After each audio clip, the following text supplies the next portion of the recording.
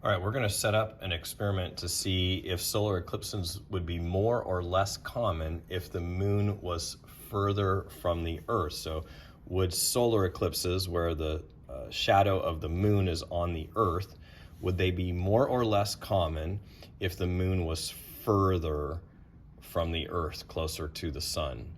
So we're going to set up an investigation to test that out. Our Earth is going to just be a piece of paper at the end of a meter stick.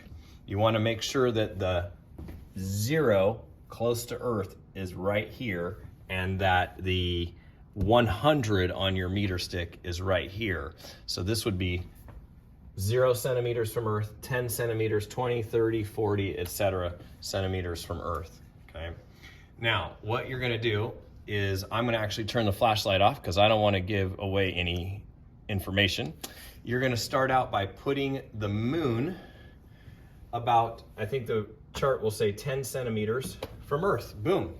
You're going to turn on your flashlight and it will cast a shadow on the Earth. And what I recommend is you take and mark the two edges of whatever that shadow looks like. Okay, so you mark the edges of the shadow, the diameter, and then you can carefully measure with a ruler in centimeters the diameter. So you would go boom, measure it. Let's say I got 5.5. So what I would do is I would say, okay, I was 10 centimeters from Earth and the diameter was 5.5 centimeters. And then you're going to adjust the moon to get further from Earth.